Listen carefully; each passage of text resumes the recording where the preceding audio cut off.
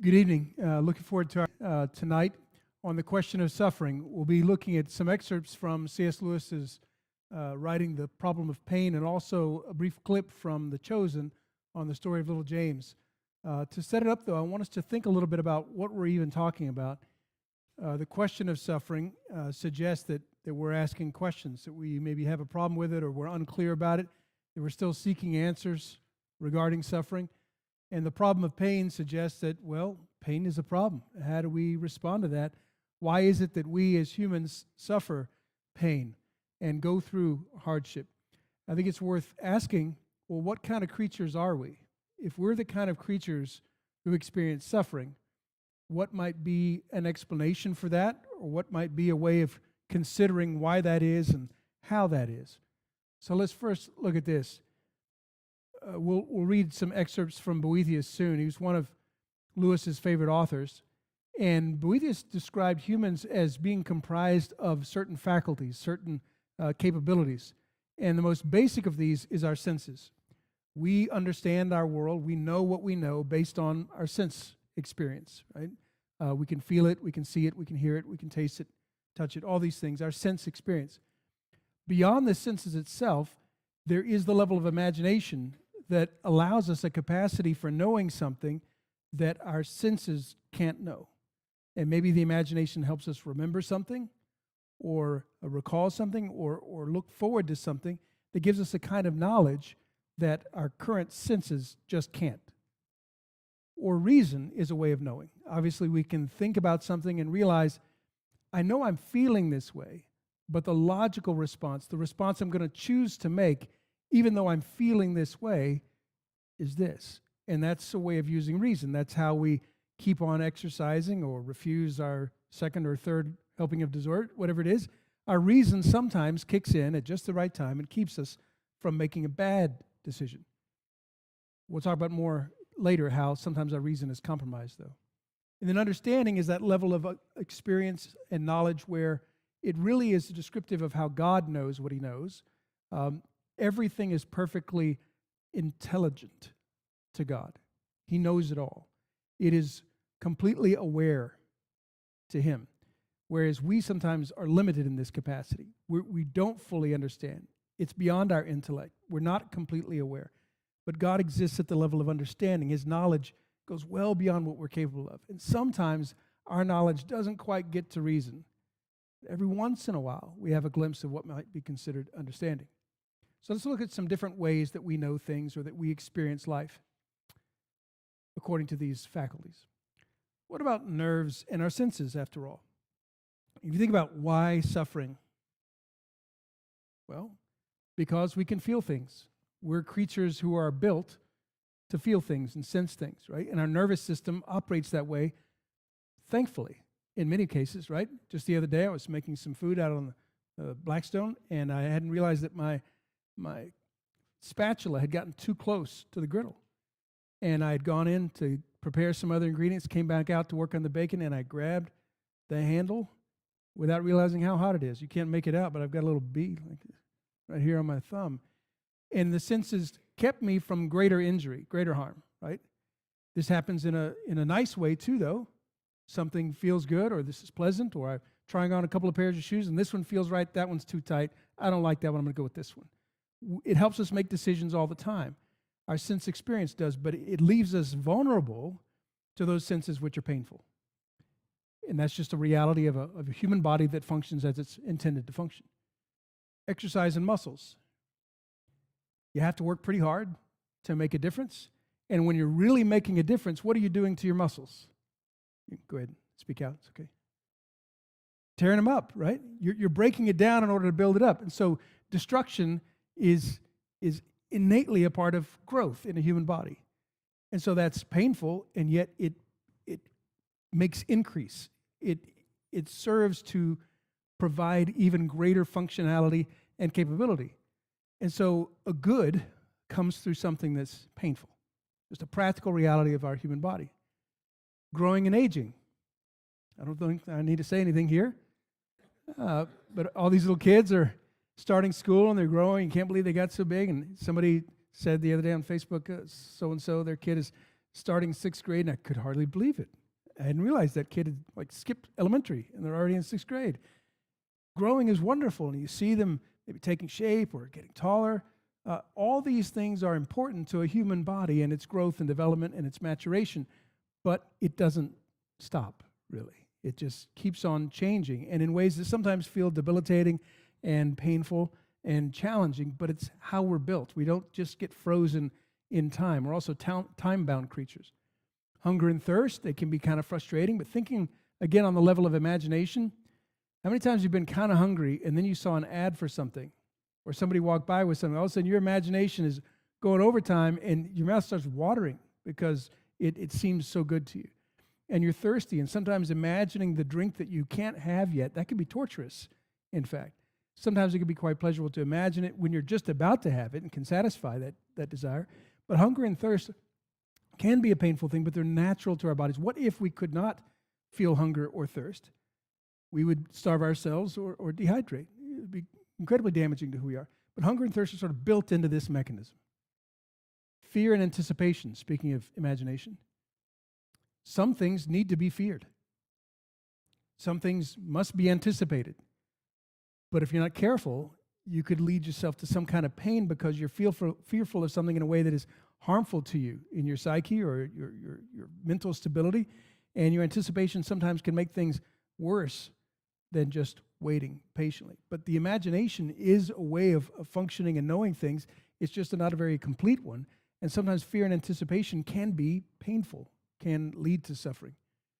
Anger and violence seem unreasonable unless there's something you should be angry at, unless there's something that has to be physically stopped before there's great danger for you or someone you love or everyone else. There are occasions in which even anger and violence can be chosen on purpose in order to prevent some greater, more terrible harm. We'll talk about that more in just a little while.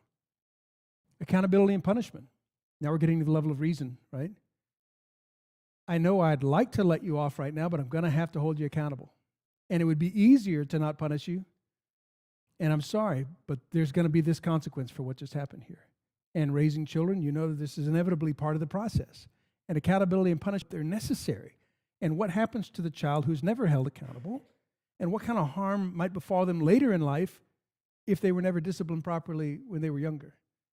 And so the short-term suffering can lead to greater, longer-term benefit or blessing. And we know all this. Sadness and sympathy or empathy. At the time, it feels painful. But what if you're incapable of such? We call those psychopaths. Right? There's something broken in you if you cannot feel sympathy or empathy. And what's the difference between sympathy and empathy? To me, sometimes it feels like distance. You can feel sympathetic at a distance. Empathy is right there with them. Maybe you've been through it yourself. You're connected in a way that goes beyond just feeling sorry or pity or even compassion. But we have to have that capacity in us. And what is it in us that makes us feel such things? There's a kind of goodness in us that recognizes that something has gone wrong, that is harming someone we love, and we're sad about it. And we have sympathy for it and empathy about it. And even though it's painful for us to share in that suffering for a time, it's necessary for us to share that suffering. It is good for us to do so. Again, if we didn't, not just might we suffer from psychosis of various kinds, there's different ways in which people do that on purpose all the time when they withdraw from community and fellowship with others, that they're not engaging in that kind of connection in sharing with the suffering of others. They become, maybe they're oblivious to the hardships that others face, and they get sort of removed from the human experience in a way that's not healthy for them and certainly not helpful to the people who are undergoing hardship. Regret and memory. What if you couldn't have either of those? You know, with regret, you kind of have to feel that in order to learn and grow, make a wiser choice next time, maybe be chastened by it, humbled by it. And the regret is kind of like the discipline and the accountability. It's you kind of holding yourself accountable for what you wished you had done or said or not said or done. And regret is part of a functioning spirit, soul, heart. Memory, we unfortunately know too many who suffered with trouble with memory. And yet, there's so many good things that we can remember and recall and relive. That could be dangerous too if we're only being nostalgic and lost in a world that's not really here anymore. But memory can be painful also, and sometimes it's tied to regret. But laughter and tears, this could go the other way. Maybe you're laughing at someone or people are laughing at you, and that can be quite painful. But if you can't laugh at yourself, then maybe you've got some other issues. And tears, those are painful, but again, it kind of goes along with sadness and sympathy and empathy. We have to be able to experience these things, and aren't both of them cathartic in their own way? To be able to laugh through something, go ahead and have a good cry about it. Those things can be helpful to us in a strange way. So all these things are part of the human experience, and you can't really separate them from the human experience, and you wouldn't want to have a human experience that didn't include at least all of these, if not more. But these are just a few that show us how complicated it is when you want to say, well, I wish there wasn't so much suffering in the world. Well, we're kind of built to know it and understand it and feel it, connect to it, sympathize and empathize with it. We're built this way, and there might be some really good reasons why. So I want to look at a couple of stories. Your handout might help you here.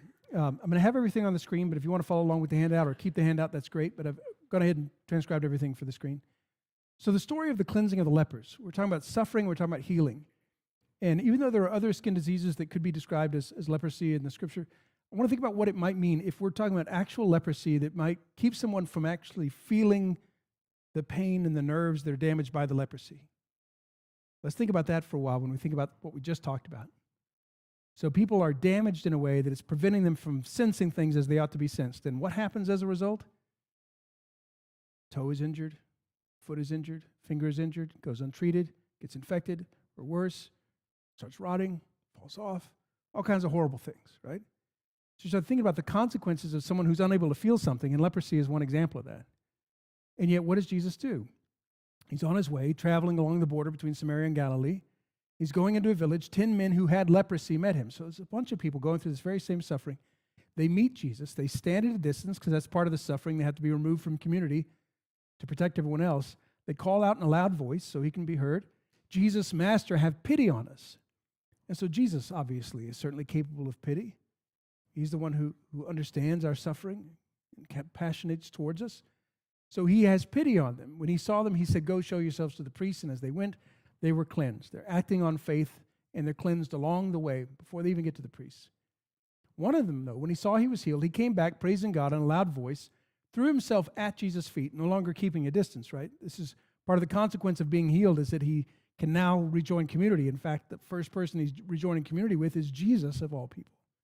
That's the person who's been the closest to him all this time. And he was a Samaritan of all people. The ones that weren't supposed to know what was good and right, he did it. But Jesus asked, were not all 10 cleansed? Where are the others? No one returned to praise God except this foreigner. So he said, rise and go, your faith has made you well. But what has Jesus just done by making him well? There's just a story and a lesson in here about being grateful and thankful, about how very few, perhaps a tenth of us, are as grateful as we ought to be. But there's also a lesson in here about how what Jesus just did is he made him more capable of sensing pain. He healed him by making all of his nerves work properly again. So the next time he stubs his toe, he's going to feel it, not just lose it. And so in a weird way, by healing him, he's made this man more fully human. And by making him more fully human and complete as a human, more capable then of feeling pain. Just an interesting story to think of in this light. Now I want to talk about it from a different perspective, the idea of free will. That we are creatures who are capable of free will, and therefore of reason and judgment, and also of some degree of power. But the question is, how much power do we have as agents of free will? So here's where we turn to Boethius. And I won't go into a lot of detail, but what we're talking about here is a text from 1,500 years ago where the writer is trying to explain what you do and how you handle it when things go badly. He himself had suffered greatly, and he's trying to make sense of it. And so he imagines this conversation with philosophy herself, as if she's embodied as a person talking to him about how to handle the mess that his life has become, even though he didn't deserve it at all. He's kind of like a Job figure. And he really existed, Boethius did, and wrote this right before he was executed after having been falsely imprisoned. So here he is talking about what it means to have free will. There is freedom, she said, meaning Lady Philosophy, for it would be impossible for any rational nature to exist without it. You have to have free will or you can't have reason. Because if you have reason, you have the ability to choose something or not to choose something, right? That's how our reason works. And so if you don't have the freedom to choose something or choose not to do something, then you don't have free will. So free will and reason go together. They're perfectly matched there. Whatever by nature has the use of reason has the power of judgment to decide each matter. And so you've got free will, which means you've got reason, and you use your reason to make judgments. And you got to make a judgment, and we do it all the time, all day long, all kinds of choices we're making. It can distinguish by itself between what to avoid and what to desire. And here we're going to get into human suffering, right? Because you've got a human choosing what looks good, what looks bad. What should I avoid? What should I desire? And most humans would be tempted to avoid the things that are painful and desire the things that are pleasant. Right? That's typical. That's what many of the Stoic and other philosophers would have sought out, right? And the Epicureans especially. But man pursues what he judges to be desirable and avoids that which he thinks undesirable. And it's his thinking that makes him determine this is desirable, that's undesirable. Here's the question. What happens when your thinking is bad or wrong or your judgment's compromised? And you have free will. It's all you, but you're messed up. You've got a problem. You're not thinking straight. You're choosing badly. And so you're going to make your own choices about what you want to do, but your judgment has been compromised. And you're not going to think clearly enough. It's all your choice, but you're going to choose badly because your judgment isn't always perfect. Remember, it's reason, not understanding. It falls short of complete, perfect understanding too many times. So he says, so those creatures who have this innate power of reason also have the freedom to will or not to will. Kind of reiterates his point. We can choose something or choose not to do something. Human souls are of necessity more free when they continue in the contemplation of the mind of God and less free when they descend to bodies, and less still when they are imprisoned in earthly flesh and blood. That's kind of a hard point for people to accept. What is he saying? You think you're most free when you do what you want. And Boethius says, you're most free when you are close to God. And you think about things how he thinks of things. You're less free when you do your own thing, in your own way, in your own body, using your own judgment. Because your own body and your own judgment, it's got issues. And you're going to make bad choices because of the issues that are affecting your judgment. And the thing he's sort of reminding himself, because all this is him talking to himself, I will feel more free. He's writing this from prison, by the way. I will feel more free when I am near God than if I am doing my own thing my own way. And that's the main point he's making in this section, that too often we think we want to do our own thing, and it leads to less freedom, not more. He explains one more time. They reach an extremity of enslavement, that is, humans do, an extremity of enslavement when they give themselves up to wickedness and lose possession of their proper reason. So you start doing what's wrong, what's bad, what's evil, what's corrupted, what's harmful to others, what's selfish. All these things compromise your reason even further. You're losing it. You're not thinking straight. You don't have a clear mind anymore. Once they've turned their eyes away from the light of truth above to things on a lower, dimmer level, they're soon darkened by the mists of ignorance. It's as if God is the clear light of understanding, and everything down here is sort of cloudy and murky and hard to discern things. You know how it's like. I've got an astigmatism. Driving at night, are you kidding me? That's what this world is like. And too often we don't have the clear light of God helping us see and understand and know what truly is a good choice to make. And we're often fooled into thinking that something else is a good choice to make because our brain is broken and our way of choosing is broken. And part of that is because we are broken. And we love things that we shouldn't love. And we chase things we shouldn't chase. And we desire things that aren't good for us. We're doing it our own way. It's all us. We're totally free, but we're making bad decisions. And that's part of what he's getting at here. People want to say, I want my own way. But destructive passions will torment them. And by yielding and giving in to them, they only aid the slavery they brought upon themselves and become in a manner prisoners of their own freedom. Again, he writes this as a prisoner himself. A prisoner of your own freedom. All it takes for us to understand this passage is just think of someone you love who's been addicted to something. Prisoners of your own freedom. So now let's think about what it might mean if we look at this from the perspective of rest. The promise of rest. How many times throughout Scripture are we told to rest? You think about the Sabbath. You think about the Sabbath rest remaining for the people of God. You think about how the righteous will rest from their labors, as heaven is described. Rest is routinely the promise of God for the people of God. Right? And he's calling us over and over to rest. Certainly through Sabbath. Jesus said it himself, "Come to me, all you who are weary and burdened, I will give you rest." Right? And so as we think about our lives, there's so many occasions for gathering up what we want for ourselves, riches, but they often leave us restless, often make us weary. We've tried to find every other way of finding happiness, and yet what we long for is rest. And we may have explored this once before, but take your age and divide by 3. What number do you get? If you need to take off your shoes, go ahead and we'll wait. Age divided by 3, that's how many years of your life you have slept. If you got roughly 8 hours of sleep, like you're supposed to, and if you haven't, let's divide by 4. Go with that number instead. That's how many years of your life you've slept. And you need more. You could have needed more all along. You wished you had more naps along the way. And yet you still feel kind of tired even right now. You'll be even more tired in about 10 minutes. But the blessing of rest is a promise of God. Now let's look at this. It's a poem by George Herbert. He wrote in the 1630s. It's called The Pulley. And he describes what it's like for man to have been made by God, almost built to need rest. And he imagines that it was probably something God decided was necessary. When God at first made man, having a glass of blessing standing by, let us, said he, pour on him all we can. Let the world's riches, which dispersed lie, contract into a span. So I imagine him with a pitcher, right? And he says, all the good stuff that's out there, let me gather it all up into this one spot, and I'm going to pour them out upon humans. So strength first made a way, then beauty flowed, then wisdom, honor, pleasure. When almost all was out, God made a stay, perceiving that alone of all his treasure, rest in the bottom lay. Like he poured it all out, but he held back and wouldn't pour rest on us as well. For if I should, said he, bestow this jewel also on my creature, he would adore my gifts instead of me, and rest in nature, not the God of nature. So both should losers be.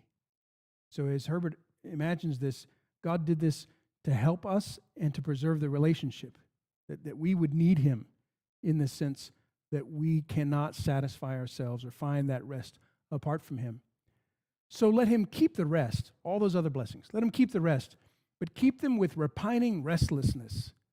Let him be rich and weary, that at least if goodness lead him not, yet weariness may toss him to my breast. We might wear ourselves out trying to find every other way to find happiness or satisfaction or peace.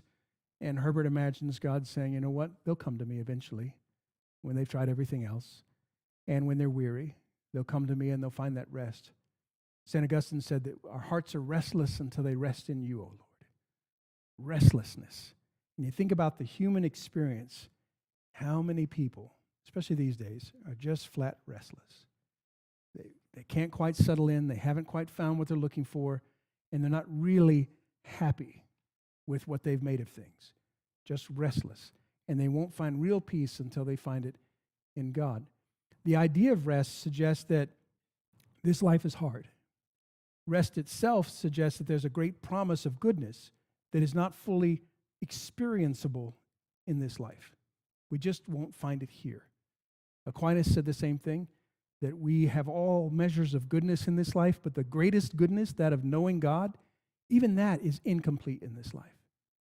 The most complete way we will know God is when we know him fully, even as we see him as he is. No longer through a glass darkly, as Paul said. So knowing God in this experience of rest, that's a promise for us and a way to endure the hardships of a life that involves suffering. Lewis wants to remind us that if we try to avoid all this and just keep to ourselves and not involve ourselves in the suffering of others, it's not free. It'll cost us. And there's a high price to pay to love people, and it's a high price to pay to be loved, but it's worth it. This is from the Four Loves. To love at all is to be vulnerable. Love anything, and your heart will be wrung and possibly broken. If you want to make sure of keeping it intact, you must give it to no one, not even an animal. Wrap it carefully round with hobbies and little luxuries. Avoid all entanglements. Lock it up safe in the casket or coffin of your selfishness. But in that casket, safe, dark, motionless, airless, it will change. It will not be broken.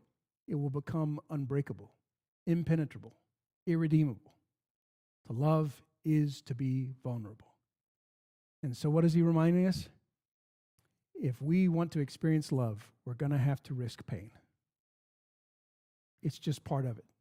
That's how we're built. That's how our universe works. That's how everything works. That's how his love is experienced, after all.